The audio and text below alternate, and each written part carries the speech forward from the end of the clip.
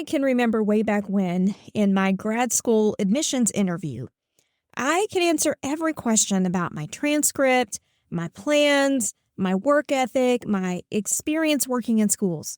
But when the committee asked me about me, not my resume, just me, I felt a little bit of a panic creep in. You ever been there? I remember, too, filling out some paperwork for an award I'd been nominated for, and one of the questions asked me to describe how my unique skills and abilities contributed to my success. And again, I froze. I had no idea what to put down because I'd never considered it. I'd had my head down working in the very procedural world of my school for so long. I hadn't stopped to think there was anything especially remarkable about me at all. These were two different experiences, years apart, but the same blank space where an answer should have been. So I ask you, what would it actually feel like to know upfront with no apologies the exact thing that you do that almost nobody else can do in the same way? And how exactly do you figure out what that even is? Hey, school counselor, welcome back. In this episode, we're talking about a question most of you have never had to answer out loud. Not what you do, but what makes you remarkable.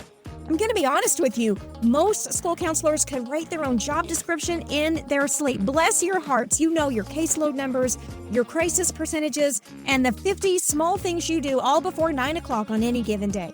The harder question is the one I froze on myself more than once in rooms where the stakes were high. Not what you do, but what makes you remarkable.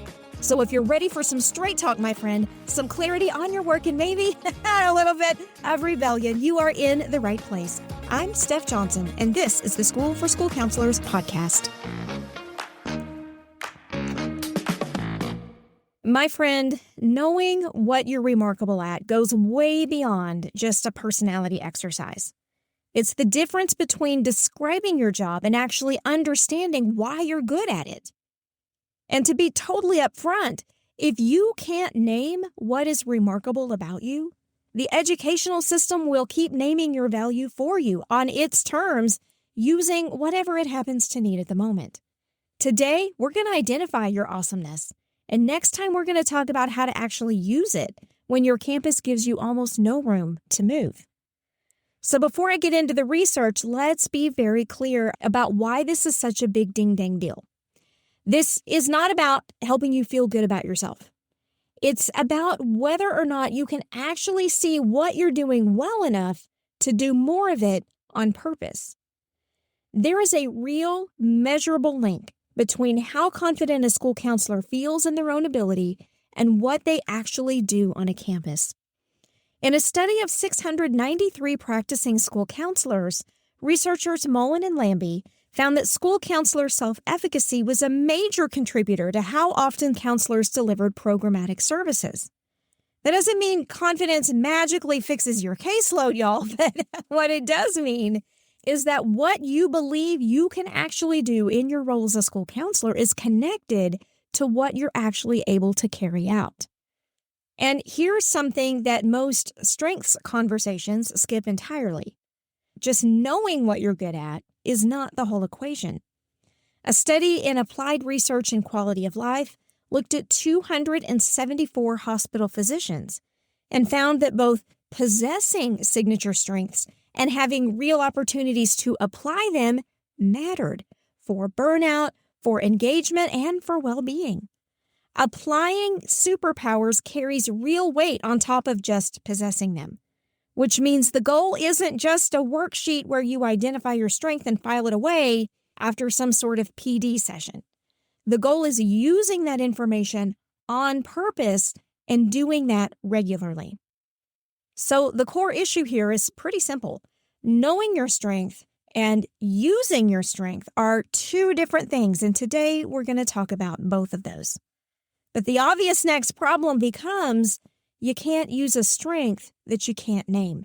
And for a lot of you, naming it is going to be the hardest part of this whole episode because of what's happened to you on campus for years. Let me tell you what I mean. I have come to understand that I'm not the only one who freezes on the what makes you amazing question. After working with school counselors for years, I can confidently say that you can ask pretty much any school counselor what they're good at, and you're going to get a variation of the same answers every time. I love building relationships with kids. I want to make a difference. I'm organized and I want to contribute to a campus. And those are true, but they don't answer the actual question. What do you do and what makes you remarkable are different. Most of you have only ever practiced answering the first one because that one is safe, it's modest, and you can justify it with your job description. The second one asks you to claim something about yourself without apologies. And for a lot of you, that's where things get really quiet. Now, this is not a confidence gap, and I don't think it's anything you should feel bad about because by ding dang, it's not your fault. Think about what actually happens after years of being second-guessed, double-checked, or treated like you don't know how to do your own job, especially if you've been in that world for years. That kind of treatment just doesn't irritate you in the moment and then pass on by. It accumulates. And eventually it starts to change how you see yourself, whether you realize it's happening or not. There's research on rejection and devaluation that helps explain why this lands so hard. And I'll keep it simple, but being treated as less capable, less professional, or less central to your campus's goals than you actually are can start to feel less like just a passing insult and more like a threat to whether you belong in that school at all. Nobody's recognized your unique talents and strengths in so long, you've stopped looking for them yourself. So let's actually find out. I want you to treat the next few minutes like a quick self-check, and I'm going to walk you through 3 areas. You don't have to say anything out loud, but just notice where you find yourself nodding. Notice where you feel like, oh, yeah, those are the things that are going to actually belong to you. So let's see, where do you become an unusually effective school counselor? First, interpersonal strengths. Not just, I'm good with people. That's a what you do answer again. This is how you're good with people, specifically. Are you the one a shutdown 8th grader will finally talk to because you don't try to fill the silence? Are you the one that can sit with a parent mid-meltdown and bring the temperature down without ever having to raise your voice? Are you the one teachers send their angriest kid to because they already know that you'll get something out of them that nobody else could? And it's not always about the students either. Are you the one a burned out teacher vents to in the hallway because you actually listen instead of trying to fix it? Are you the one a local business or community partner keeps coming back to specifically when other campuses can't seem to keep that relationship alive? Notice what's happening in all of those. Not filling the silence is a specific choice you make on purpose in a specific moment, and it gets a specific result. The kid talks when he wasn't going to talk to anybody else in the building. And that's repeatable. You could do that again tomorrow with a different kid, and it would probably work again. That's the difference between a personality trait and a strength. A trait is just how you are. A strength is something you can point to, you can give it a name, and you can use it on command and on purpose.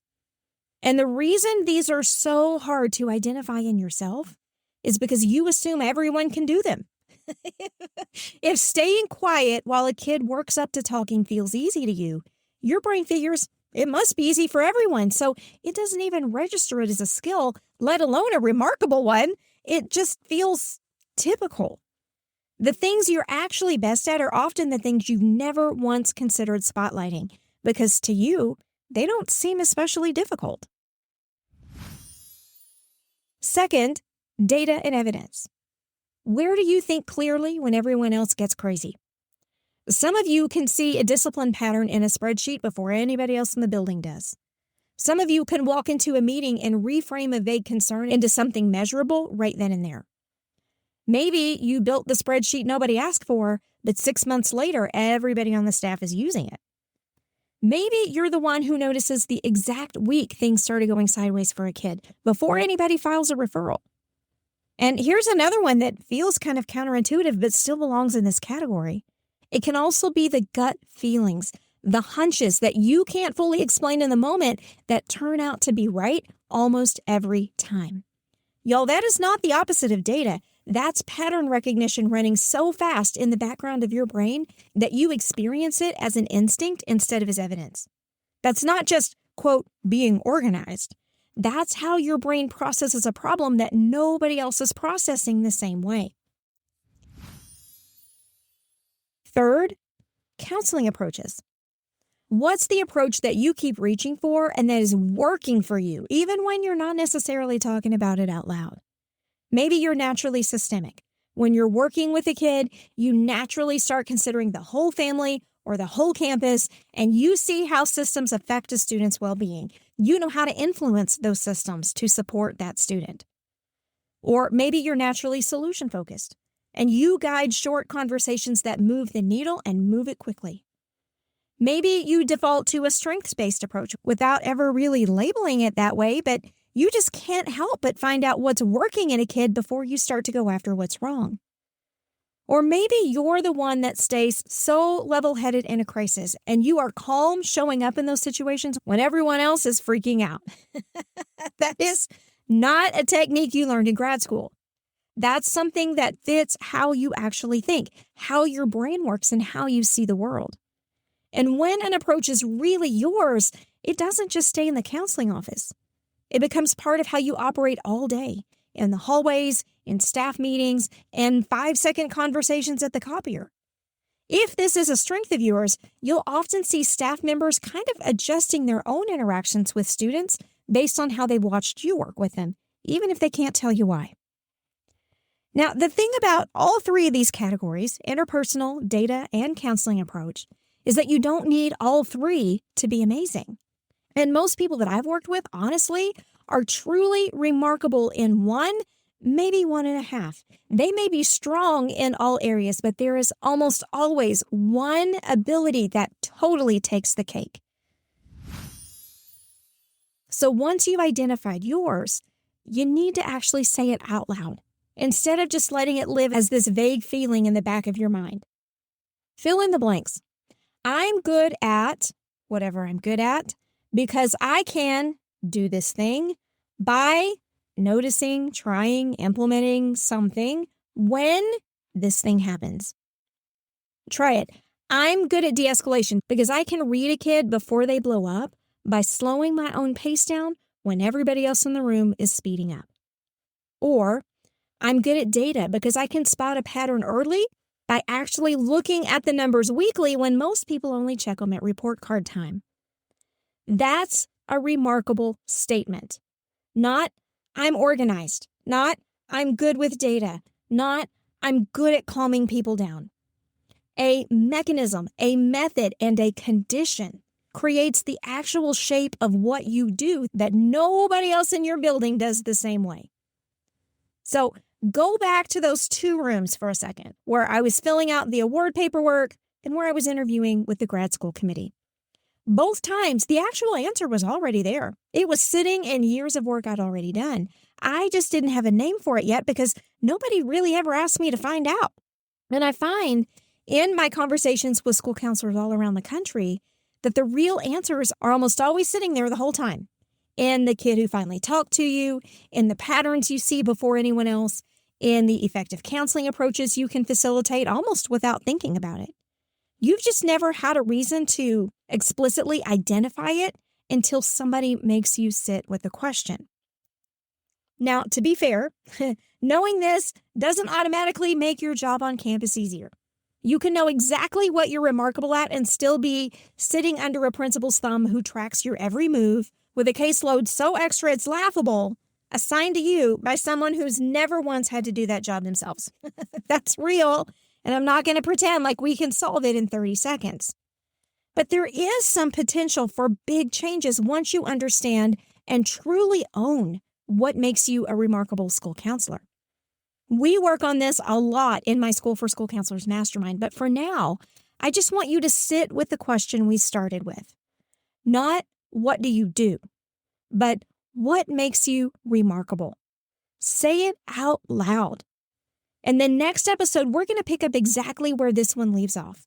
And we're going to talk about what it actually looks like to use what's remarkable about you on a real campus with real limitations including the ones you have that feel impossible. It will make a difference. I guarantee it.